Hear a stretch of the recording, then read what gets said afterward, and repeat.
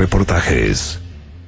Mañana ya se cumple una semana del hundimiento de un barco salmonero frente a la costa de Chiloé y la incertidumbre crece entre los habitantes del archipiélago. Hoy se confirmó, de hecho, que el cargamento se descompuso y Serna Pesca anunció que la empresa será multada. Y surge la pregunta, ¿por qué se hundió finalmente este buque? ¿Y qué dice respecto a ese tema nuestra normativa? Bueno, un equipo de Ahora Reportajes monitoreó esta emergencia durante los primeros 6 días. A continuación, les mostramos el reportaje de Jorge Sánchez y Anuar Farrán. Del hundimiento de un buque salmonero frente a las costas de Chiloé se pueden extraer varias preguntas. Estamos dispuestos a asumir esos riesgos en zonas como esta. Huele a petróleo, sí. ¿Y esto se encontró acá en la playa? Acá está saliendo a la costa. ¿Qué pasa con las responsabilidades? ¿Quién paga todo esto? El dueño de la salmonera. Eso nos gustaría que nos dé una explicación a nosotros. ¿Qué podemos hablar de las normas de seguridad? Si aquí no se cumplieran las normas sanitarias, ambientales, de seguridad del transporte, no te quepa la menor duda que el consumo de salmón chileno caería. Si ellos estuvieran estables todo el tiempo fiscalizando, yo creo que estaría un poco más ordenada la cosa. Sin embargo, ¿quién se hace cargo de los efectos medioambientales de la salmonicultura en Chile?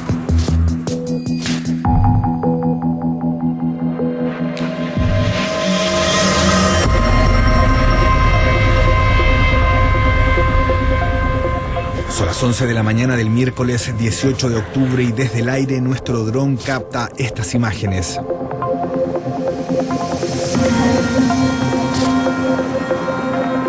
Un buque salmonero se hunde con más de 65.000 litros de combustible en su interior. La emergencia ocurre frente a las costas de Pilpilehue, una pequeña zona donde viven pescadores y comunidades indígenas.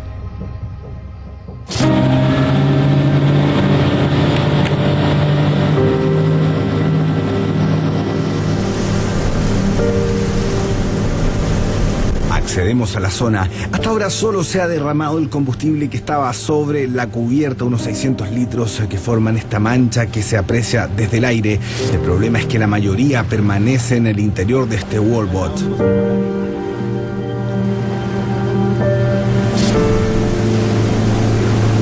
El trabajo más delicado lo realizan los buzos en faenas submarinas. Se ejecutan contra el tiempo.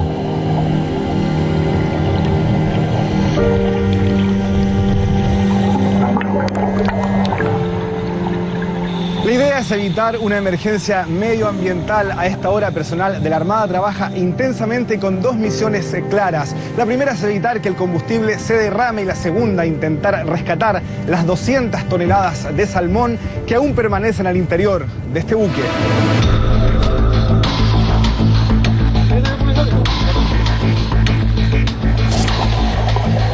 Se han estado efectuando buceos con buzos comerciales y buzos de la Armada, objeto mantener monitoreado el estado y las condiciones del buque.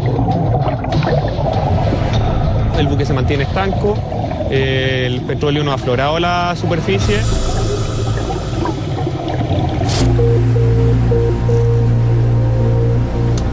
Si los miles de litros de querosén que están al interior de la embarcación se derraman, las consecuencias serían desastrosas para esta zona del país.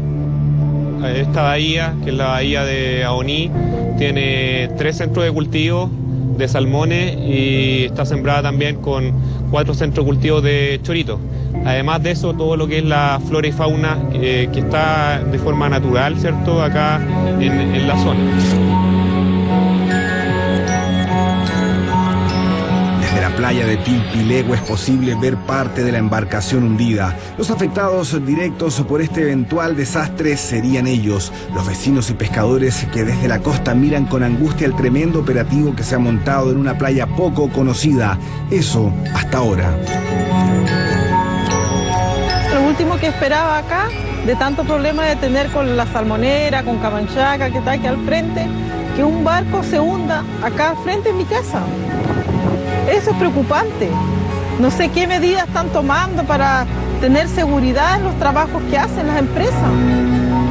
Mucha preocupación en estos momentos. Nosotros estamos todos preocupados desde Keilen hasta Castro.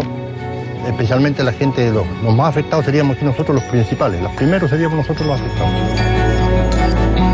Las organizaciones sociales de Chiloé también han reaccionado ante esta amenaza que otra vez se instala frente a sus costas. Nosotros no sabemos ya qué palabra utilizar cuando pasan este tipo de cosas porque llevamos más de 2 años diciéndolo. Sobre todo después de la crisis socioambiental del mes de mayo, donde la tragedia fue inmensa, donde el vertimiento de salmones podridos contaminó mar interior, mar exterior, sobre todo en la comuna de Ancud. Entonces que vuelva a haber un accidente salmonero, un evento salmonero, una tragedia salmonera, para nosotros siempre son gotas que rebalsan el vaso. Los trabajos submarinos continúan. Es que si uno de estos estanques se derrama, las consecuencias ambientales y ecológicas serían muy negativas. El patrón común que nosotros vemos en todas las crisis que ha vivido el archipiélago de Chiloé en los últimos años es la industria salmonera. En más de 30 años de funcionamiento, al parecer no han aprendido ninguna de las lecciones que les ha dejado, y a nosotros esto solo nos demuestra que es una actividad peligrosa, que tiene un potencial generador de crisis, con la crisis del Viruísa, con el vertido de los salmones y la posterior marea roja, y ahora con embarcaciones que se hunden de un día para otro sin nosotros poder tener muy claro cuáles son las razones de este hundimiento. Riesgo cero no existe, ¿no es cierto? Hasta los terremotos, a pesar de todas las normas sísmicas que hay en Chile, sufren efecto algunos edificios.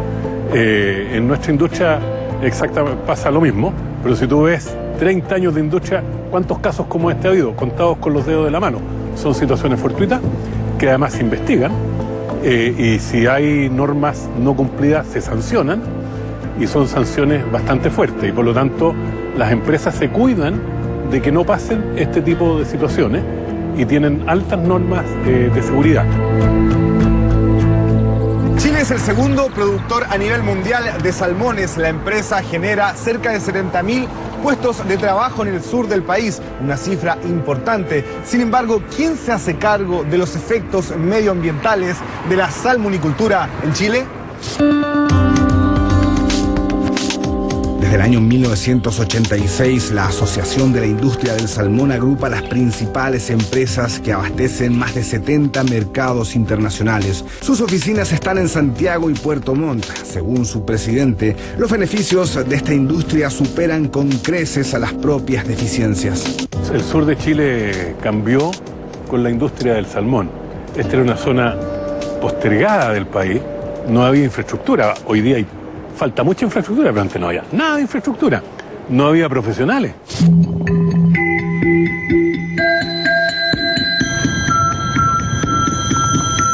Al tercer día de la emergencia, la embarcación luce un poco más descubierta porque la noche anterior hubo marea baja.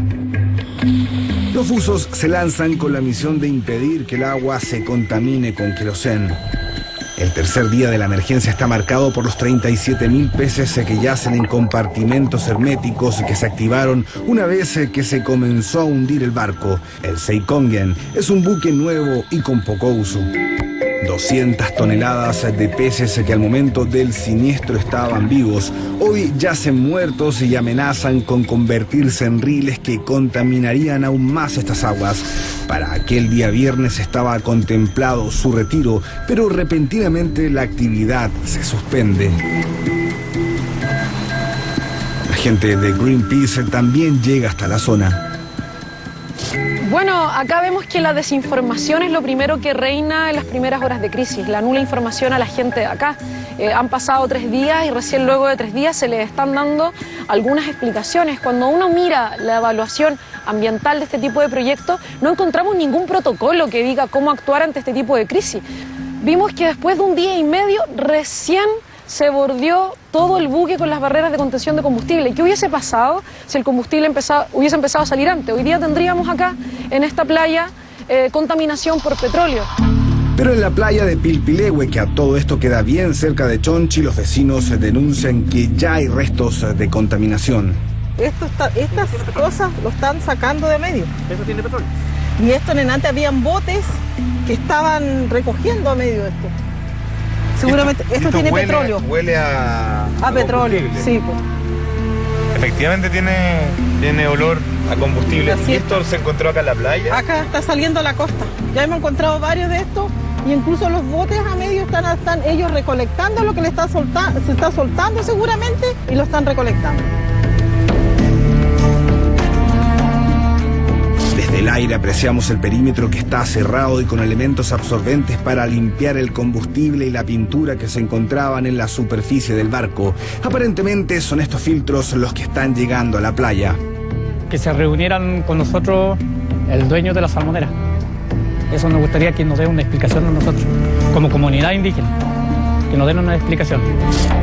La embarcación prestaba servicios a la empresa CPT y el propietario de los salmones es la compañía Camanchaca.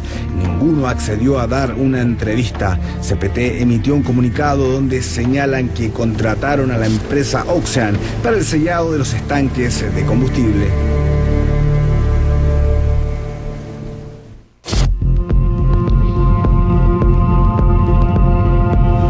Así luce el Walbot, a 96 horas de haberse hundido. Los peces aún no son retirados y el nerviosismo meta, que bien se podría acá repetir lo que hace 1 año y medio ocurrió en Chiloé.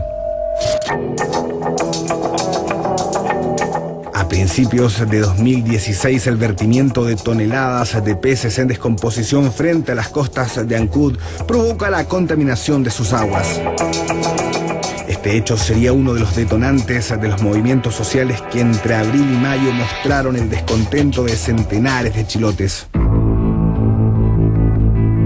Lo primero que queremos es saber qué sucedió con ese crimen ambiental. Nosotros hemos dicho tal cual que es un crimen. Son más de 9.000 toneladas de un pescado podrido, de un pescado contaminado tirado en las costas de Ancud. Esos antecedentes están en la justicia. Entonces todos nos preguntamos acá en Chiloé, sabiendo lo que pasó, ¿por qué a tanto tiempo de ocurrido aún no están los responsables y aún no están en la cárcel quienes debieran estar en la cárcel? En Puerto Montt vive Orieta, la abogada que inició las acciones legales contra los eventuales responsables. Dice que la Fiscalía le niega el resultado de sus diligencias.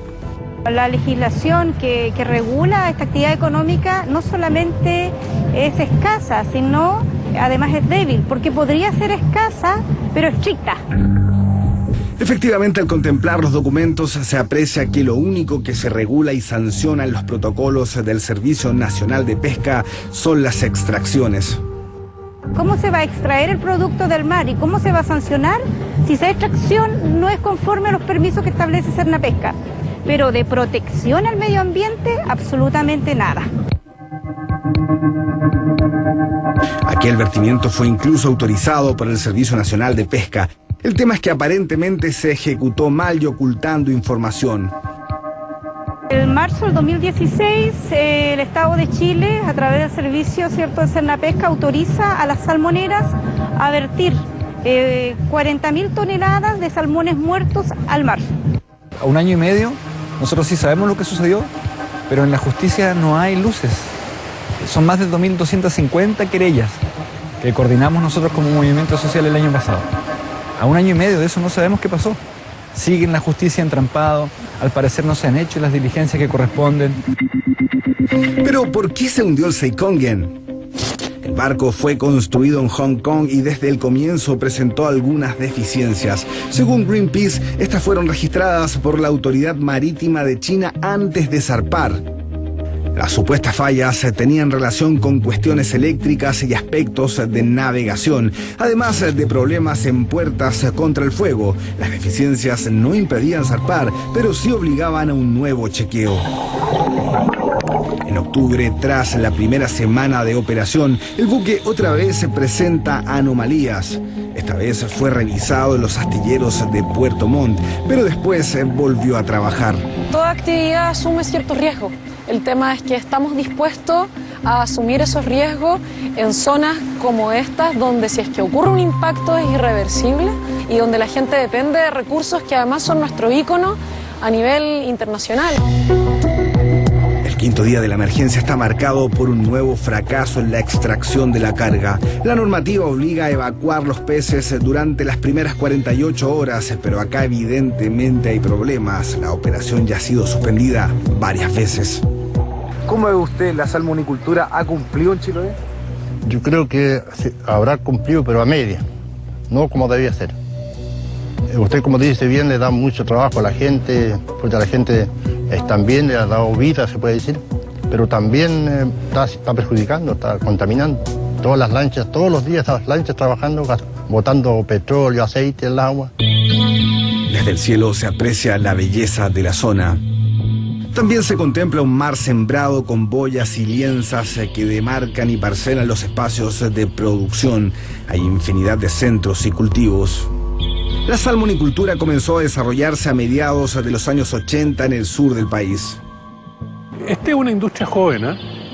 La agricultura tiene 500 a miles de años y por lo tanto se ha avanzado mucho. Esta es una industria de 30 años y tiene mucho que dar porque el alimento del futuro es alimento del mar.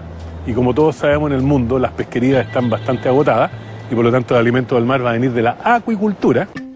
En la década de los 90 destaca la creación del Instituto Tecnológico como soporte del gremio. En 1997 la industria tuvo que hacer frente a las acusaciones de dumping que llegaban desde Estados Unidos y en 2008 hizo enfrentar la crisis sanitaria provocada por el virus ISA. Con todo, sus exportaciones pasan por un buen momento.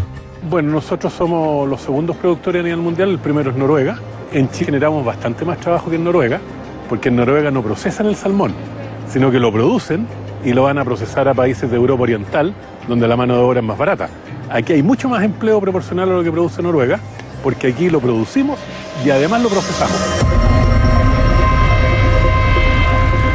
Tras casi una semana intentando retirar la carga de salmones del barco hundido, las autoridades confirman que los peces que estaban en la nave se han convertido en riles, es decir, residuos líquidos industriales. Es por eso que se decreta un cierre preventivo para la extracción de recursos marinos. A la vez se contempla un nuevo plan, todo esto mientras el tiempo avanza y la angustia de los vecinos crece. Cernapesca anunció que la empresa será multada. Y este también es un llamado también a que tenemos que preocuparnos de estas condiciones que se generan hoy día ante situaciones en la navegación interior de estos canales tan sensibles. Y también la industria tenga la responsabilidad de entender que están en lugares con mucha sensibilidad y que por lo tanto es obligación de ellos como de nosotros cuidarlos. Las multas que se aplicarían contra la empresa Camanchaca oscilan entre los 14 y 140 millones de pesos. Al mismo tiempo, se interpusieron acciones legales contra la salmonera. Es tiempo de una legislación más robusta en términos medioambientales. Habrá que aclarar si las fallas detectadas en la inspección allá en China fueron determinantes en el naufragio y si las autoridades estaban al tanto de lo que ocurría. Por ahora en Pilpilegua el tiempo avanza y lo que en un principio se creyó estar controlado, ahora no está lejos de convertirse en una nueva emergencia ambiental para Chiloé.